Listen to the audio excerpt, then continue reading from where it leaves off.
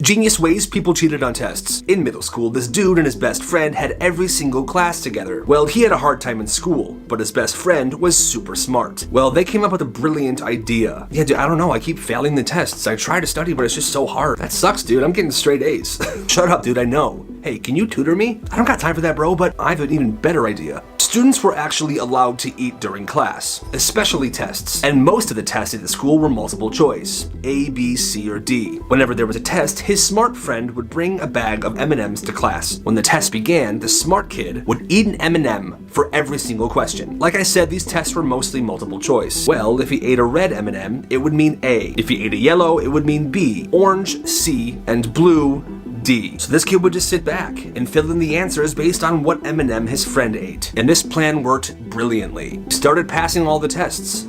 They were a good team, and the only reason they got caught is because some kids snitched on them. They both got detention, and the school changed the eating in class rule. Genius ways kids cheated on a test. This teacher shared this story. On this particular day, they were taking a test in one of this teacher's classes. A kid comes in. He sits by the window. The kid then asks the teacher if he could open the window because it's kind of warm in the room. The teacher says sure. The kid opens the window. She passes out the test. That kid scribbles something down for about 30 minutes and then asks to use the bathroom. The kid then came back, finished the test, and turned it in. So what happened here? Where's the twist? When the kid opened the window, he also opened the screen. After he got his test, he secretly dropped it out of the window. The test fell to the ground where his friend was waiting. His friend was incredibly smart. His friend took the test to the bathroom and filled it out himself. Now the kid back in the room had to make it look like he was working on his test, so he was scribbling nonsense on a piece of notebook paper. When he asked to go to the bathroom, he met up with his friend. His friend gave him the test, he came back to class, and he turned it in. He got an A on that test. Awesome ways kids cheated on a test. In high school, this kid was in band. Well, he had a test later in the day that he didn't study for at all. Well, he managed to get a copy of that test from another student who had that same class earlier in the day, so he got a copy of that test. That test was entirely multiple choice. During band class, he Googled all of the answers, and on a piece of empty sheet music, he wrote those answers as notes. A,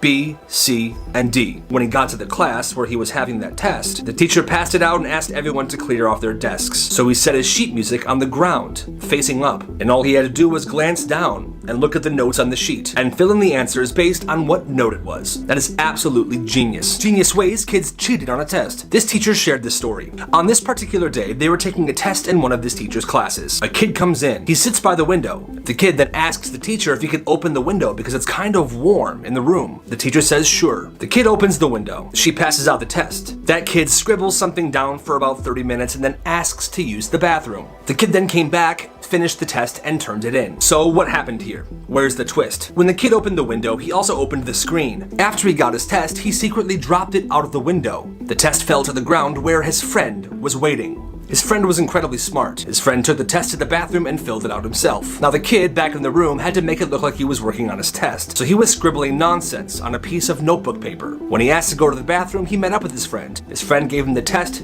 he came back to class, and he turned it in. He got an A on that test. The teacher would have had no idea that this happened if it hadn't been for another student who snitched. But I gotta say, that's absolutely genius. Genius ways kids cheated on a test. This person said that at his high school, he had this big Spanish test one day, and him and a few of his other friends in the class did not study for it at all. It was a pretty important test. If they failed the test, they were gonna fail that class. So they came up with a genius plan. You see, this small group of students sat in the last row of the class, and there was a supply closet back there. So what they did was they paid the exchange student from Mexico $50. They brought him in the classroom at the beginning of class, gave him a blank copy of the test, and hid him in the supply closet in the back of the room. The foreign exchange student from Mexico would then whisper the answers to the students sitting next to the supply closet in the back row. This guy and his friends got an A+ on that test, and the teacher never found out. Craziest ways kids cheated on a test. This girl said that when she was in middle school, she didn't study for this huge exam. And in that particular class, they had assigned seats. Well, at lunch, she found the girl that sat in front of her. She asks her, "Hey, so, huge favor, can I write the test answers on the back of your neck?" "Oh my gosh, are you for real? I mean, what do I get out of this?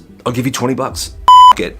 Pay up." Then at lunch, she wrote the answers on the back of her neck. Later that day in that classroom during the test, she would just tap on that girl's shoulder. The girl would move her hair to the side, and she would fill the answers into the test. Sometimes you gotta pay for that A. This person saw the craziest thing in a waiting room. This guy took his dad to a doctor's appointment at the hospital. His dad was taken to go get some x-rays. So while he was waiting, he went to the vending machine. That's when he heard some commotion. He turned around to see what was going on, and that's when he saw a moose standing in the waiting room staring at the receptionist. It's looking at me.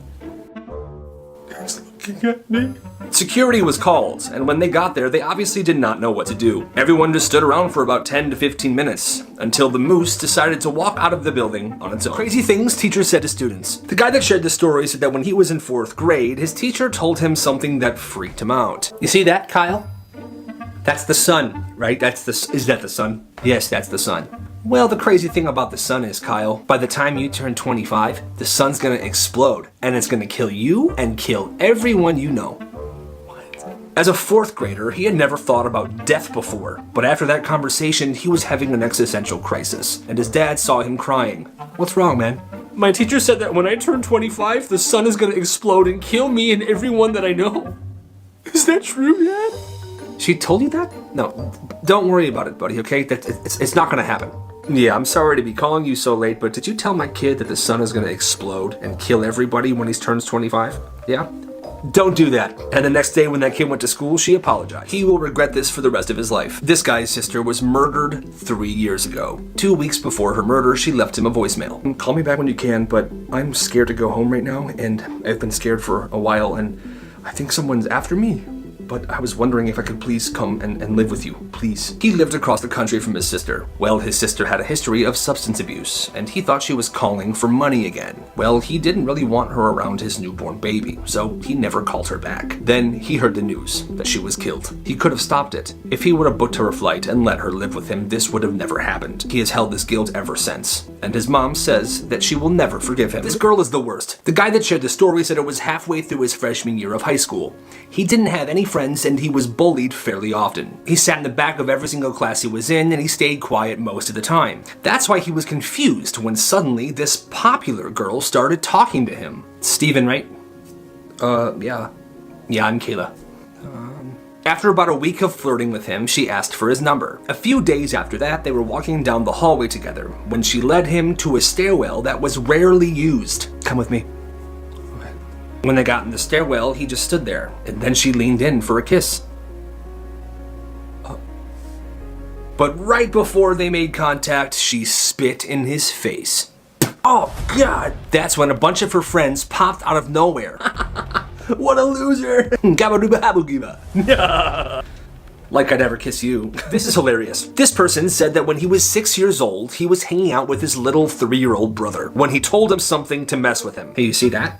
Yeah, that's a TV. And you see all those people on the TV? Yeah. Well, you see, those people are actually stuck inside the TV. They got sucked in because they were sitting too close to the screen. What? For a month after that, whenever the TV was turned on, this kid would lose his mind, trying to get as far away as he can from the TV. Come on, kids, let's watch a movie. The parents eventually found out why their youngest son was terrified of the TV, and it took a very long time to get him to not be scared. Black markets kids ran in their schools. This kid went to a military high school, and Wi-Fi wasn't allowed in the dorms. Now, the only place on campus that had Wi-Fi was the student center. So this dude got a brilliant idea. He bought a Wi-Fi repeater and set it up next to his window. That's when he realized he got just enough signal from the student center to boost it to his entire dorm. And this is how his business started. He charged people $10 a week to keep the password. He even kept an Excel sheet with everyone's device on there, and if they paid or not. Payment was due every Thursday because that was the day they would get their allowance from their parents. And if they didn't pay by Friday, he would blacklist their devices. At one point, he was making $200 a week, and he was never caught. This babysitter is so mad. This person is 20 years old, and she's a babysitter. One night, she was babysitting this one family's kids while the parents went out. The mom left money on the counter for them to order pizzas and breadsticks. The pizza and the breadsticks were delivered, they all ate, she had a few slices, and that was that. When the parents came home that night, they asked her how it went. Hi, okay, so how did everything go? I hope they didn't give you too much trouble. Oh, everything went perfect. The kids were well behaved. That pizza place, though, was so good. I'd never gotten food from there before. What? When she said that about the pizza, the mom got puzzled. She then asked, why did you eat the kids' dinner? I only had 2 slices and a breadstick. I think that's okay, right? No, not really okay. I didn't expect to have to feed you as well. Don't eat our family's food, please. Okay, have a good night. What? She was so mad because both the kids were fed. There were even leftovers. So why was this such a big deal? This is a true story. This is the third assembly I've had to call for this. I am done. So, let's back up. What was that assembly for? Well, the person that shared this story said that all throughout middle school, all 3 years, there was a kid that would tuck unwrapped Hostess zingers inside of every single toilet paper dispenser in the school, every single day. So every day, whoever was lucky enough to be the first person to use that toilet paper would have an unwrapped Hostess zinger fall into their hands. What the heck? Now, like I said, this was a mystery for 3 years, which now brings us to the assembly. I want to know right now, please, give yourself up. And finally, the kid did. He figured it was time to put this all to rest. It's been me the whole time.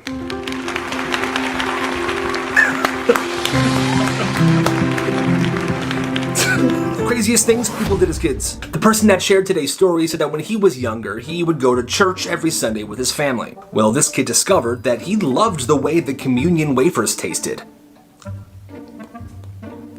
And he hated the fact that he could only get one wafer once a week. So he had a plan. One day after church, when everyone was greeting each other and saying goodbye, he snuck to the back. And he began looking. For what? The communion wafers, that's what. And he found them. A big jar of 1,000 communion wafers. He took them, and he hid them in his room, excited to be finally able to have those wafers whenever he wanted. This guy was angry for years. We're gonna call him Patrick. Well, 29 years ago, when Patrick was in 3rd grade, he was sitting at a lunch table with some other kids. Patrick pulls out a small bag of carrots. That's when another kid, let's call him Jimmy, looks at him and says, "Look everyone, Patrick's a carrot boy." And for some reason, that incident really stuck with him. All throughout high school and into adulthood, he built up this anger, this raging anger. And whenever he ate carrots, the memory would pop up. Carrot boy! Well, a year or two ago, as a full-grown adult, there's an impromptu high school reunion. He decided to go. He gets there, he has a few drinks, he eats some food, but that's when he notices Jimmy. That old anger welled up. Bro, you good? You called me carrot boy and you were all laughing at me in 3rd grade? Guess I'm so carrot boy. I'm sorry? I mean, I don't know what to say. This guy's a weirdo. This guy might have a point. This guy told a story about his roommate. Let's call him David. David was a decent roommate. He kept things clean and he was very respectful, but one thing David did was he would never eat food off of plates. When he cooked food, he would just put it directly on the table and eat it off the table. When he asked his roommate, "Yo bro, what are you doing? Just use a plate." His roommate replied with, "Listen up, it doesn't make sense to get a bunch of plates dirty. The table is already a giant plate." Am I right? Am I right? He couldn't really argue with that. He actually decided to try it for himself. So from that day on, the two of them would eat their food directly off the table. When they were done, they would just give it a wipe and be on their way. This teacher shouldn't be teaching. This person shared a story of when he was a sophomore in high school. There was a guy in his geometry class that would constantly hit him, yell at him, bully him, throw stuff at him. Hey, what's up, idiot? Leave me alone, man. I will never leave you alone because you're such a stupid freaking loser. I want to beat the crap out of you. But the person that shared this said that he wasn't really mad at that kid. He had a lot of deep-seated issues. The real bully in this situation was his geometry teacher. Every day in geometry class, that kid would beat him up, but the teacher would do nothing about it. Mister, aren't you gonna do anything? Oh, me? No, man, this is your own battles. Deal with it. That's not all. If this kid's mistreatment got in the way of him teaching the class, he would make him go to the hallway and not punish the bully at all. Hey! To the hallway now! But he's the one beating me up! Don't talk back to me. Hallway now. And that teacher was never fired. Black markets kids ran in their schools, a follower submission. This one's kind of different. Listen up. He told me that in 9th grade, him and 2 of his friends started to throw parties. They would find someone's house to do it at first, and then they would begin planning. At the start of this, they would charge $10 for a wristband, and if you showed up to the party with a wristband, you would get in. Now, the bracelets that they gave out had a symbol written on it that could only be seen under a black light, and at every party, it was a different symbol. They did this so people couldn't go out and buy their own wristbands. Genius. The party started going crazy. They then upped their prices to $20 per wristband, and then $40, and then they hired their friend to DJ the parties. They were making bank. And if the parties ever got too crazy, they would call the cops on their own party. And because it wasn't their own house, they would just leave. That's some shady stuff, but he told me that they made a ton of money.